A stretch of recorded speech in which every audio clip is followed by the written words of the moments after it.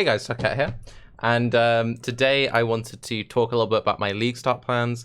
These are not build guides, these are some very rough templates that I want your input on, because I'm going to try and commit to League Starting on one of the new attack skills, and I'm very unsure about the whole situation. So again, feel free to copy these trees, but do so at your own risk, and I'm not going to be sharing these, so if you want to copy them, you're going to have to work out yourselves. So there are three sort of things I've sort of planned out. Storm Rain, Spectral Helix Claws, and then like an Elemental Overload version. Storm Rain was what I was very much considering League starting as kind of like the YOLO League start pick. And then on Baycast yesterday, Noogie was kind of hyping up Spectral Helix a bit. And then at the very end of the podcast, the gem numbers got posted. We had a little conversation about it. And the numbers on Spectral Helix look absolutely busted. The numbers look really, really good. So I'm like, whoo-hoo, I kind of want to try that out. Usually when I do a League start, I go for something very familiar for me. I go for like a Traps, go for a Caustic Arrow. I do something I've played a lot of, and I'll be like, this is what you should copy. For this one, I'm going to do it kind of differently. What I'm going to do is I'm going to YOLO onto one of the new things. I've put up my trap video. That is this is the recommended starter video. You should play that if you want something safe. And I'm going to be doing my daily updates, my daily struggles with these new skills. So if you're journeying along with me, you can come along for the ride.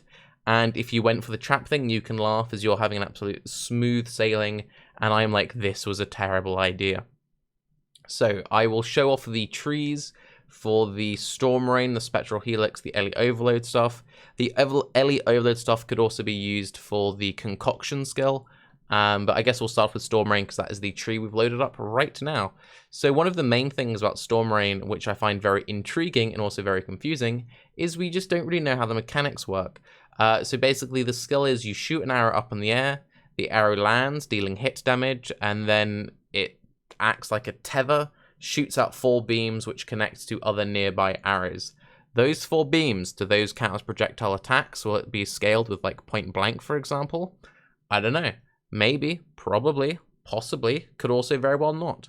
The beams, I believe they have the AoE tag as well. So do the beams scale with area? Does the initial hit scale with area?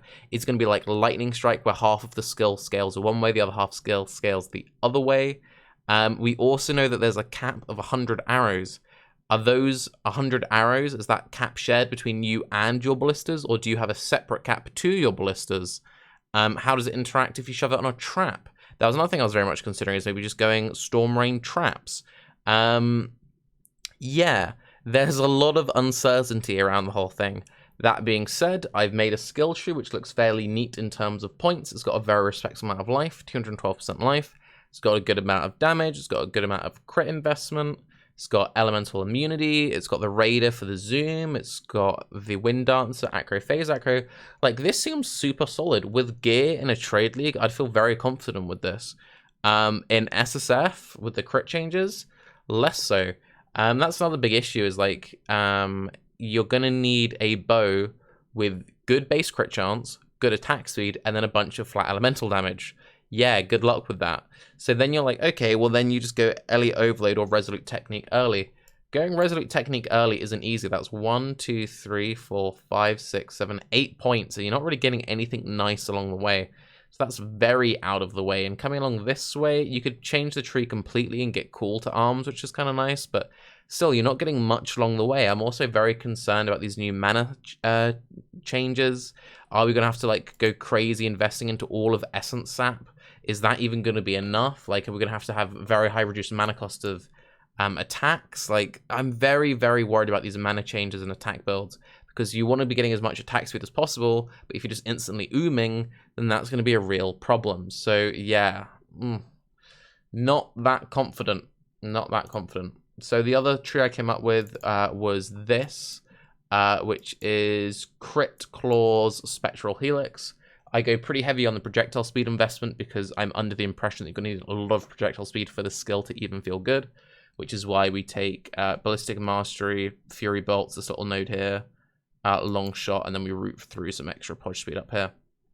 If you could even do like Flash Freeze for even more proj speed, maybe even go like pure cold, doing like Flash Freeze, plus Fangs of Frost, but I don't know. Again, I'm not too confident in this one. Niggy was pretty hyped for this as well. It's all just a bit up on the air. I did ask one of the devs that I'm in contact with, does Spectral, what's it called? Spectral Helix, does it hit multiple times? And apparently it's got an internal cooldown similar to Spectro, and it can hit multiple times. Don't know any more details than that. That means that potentially if you could set it up right, Spectral Helix could do a lot of damage. It has very good damage effectiveness. I think it was 250% or something crazy. And if that confirmation was correct, and you can get 2 hits on like every throw, then suddenly that's looking very strong. Is Point Blank good? Is Far Shot good? Like, with how it travels? If it's circling around your character like this, even though it might always seem near your character, if it's traveled so far, like counting the total thing, then Point Blank might be really bad. Maybe you want to be doing stuff with Deadeye. Maybe to make up for crit chance stuff, you want to be going for Assassin's Mark with crazy mark investment. The one good thing about this setup is going with claws. You can use like a Gemini claw for the mana gain on hit, and then you'll just get a big chunk of mana leech. So this I'm slightly more confident in from a mana sustain point of view than the Storm Rain one. But mechanically with the skill, it looks really clunky, but the damage seems really good. And if that multiple hitting thing is true, then, you know, it seems like it should be excellent. Like, it seems like it should be an amazing single target skill, but the map clear kind of worries me. Maybe it's a situation where, you know, you kind of copy the Lightning Strike character that Niggy played to 100 last league, you use that for map clear, then just Spectral Helix for single target, or maybe you could even use like a Spectral Throw for map clear with Helix for single target, or maybe you just get loads of proj speed and then suddenly it's fine. I'm not that sure, but that's sort of that. So this was an Ellie Overload tree. I threw this together because you could potentially use this for the concoction skill, or you just use this as like a pre-crit tree for Spectral Helix.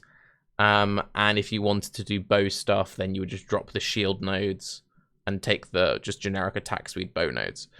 So the thought process behind this tree was get Ellie Overload. That was basically the entire thought process. And you can see that it does in fact take Ellie Overload. The travel is a bit of a pain. It's level 95, 177 life is a bit low, but you've got access to a bunch more life, so you could very easily, you know, get to a respectable number by level 100. So, you know, it's maybe not that bad. It's maybe not that unreasonable. And to be honest, traveling from here to here probably isn't as bad as it looks. The one good thing about it is you get a fair amount of intelligence, and you need a lot of intelligence to run Wrath. That's one of the big issues I tend to have with elemental attack-based builds, is even if they go up to Shadow and do all the crit stuff, they really struggle having the intelligence requirements for Wrath.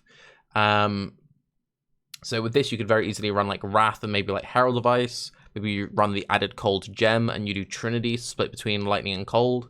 What I've seen a fair few people do is they don't have the intelligence, so instead of running Wrath, they run Anger. Do you want to go Trinity? Do you want to go single element? There's lots of questions. It kind of just, it really depends as well on like how good the gear we're getting from Expedition is. Like, if we can reliably use the Expedition, one of the vendors has a thing where like you can buy an item and then he keeps upgrading it. Like, if you could keep an eye out, let's say you were using Gemini Claws as an example, that you just keep refreshing that guy's window. So whenever you get offered a Gemini Claw, you can then do like a fun little crafting project and you can quite safely guarantee decent weapons out of it. Well, then suddenly, you know, going for an elemental attack crit build is pretty safe. If you have a reliable source of getting that self-crafted gear and SSF, and that's the thing, I'm playing SSF. Otherwise, you're going to be very dependent on incursion weapons, just getting random incursion bases, and then just crafting crit on there. And that is one of the real nice things about Helix, from an SSF point of view, is you're not tied to any individual weapon type. So if suddenly you get a really cool sword drop, you can make that work. If you get a really good claw, you can make that work. If you get a really good dagger, a mace, or whatever. That's the other thing as well. So theoretically, you could get a heist Ellie Overload Scepter, but that requires you getting a heist Ellie Overload Scepter, which probably isn't going to happen. The heist bases really irritate me. The Solarian bow, the one which has all the flat fire implicit on it, that'd be an excellent starting bow for like Storm Rain or something. And then you can do some like Trinity Fire Lightning shenanigans, but it's just getting access to the stuff is absolutely horrid. So yeah, I don't know. Let me know what you guys kind of thinking. If you've been planning out these builds as well, please share those Path of Buildings. They'll be interesting for me. I'm sure they'll be interesting for other viewers. And how do you feel about this whole crit thing? The crit situation is going to be interesting. I think the way they've changed Diamond Flask is good for the game long term, but it does make that early crit thing a bit of a struggle. But, you know, we've got the buffed up Critical Strikes gem, so maybe it's not going to be as bad as I think. Between the Critical Strikes gem and Inspiration, maybe it's actually going to be pretty cozy. We're really just going to have to wait and see. But anyway, I'm Tarke. I thought it'd be interesting to share my thoughts with you guys. Again, this is going to be a very experimental journey. Please do not follow this and be like, this is 100% going to work, because it may very well be awful. But yes, I'm Tarke. Have a good day. Hope everyone has a wonderful League start. Best of luck picking your starter build. I'm planning on making maybe more, but one more League start video, and that is going to be League builds, not League. League start builds I think are overhyped, or League start builds you should be afraid to go for, because there's been a lot of recommendations lately, and I'm seeing these recommendations and I'm like, I don't know about that. That recommendation seems a little bit shifty if you ask me. But anyway, I'm Tarke. Have a good day. Bye-bye.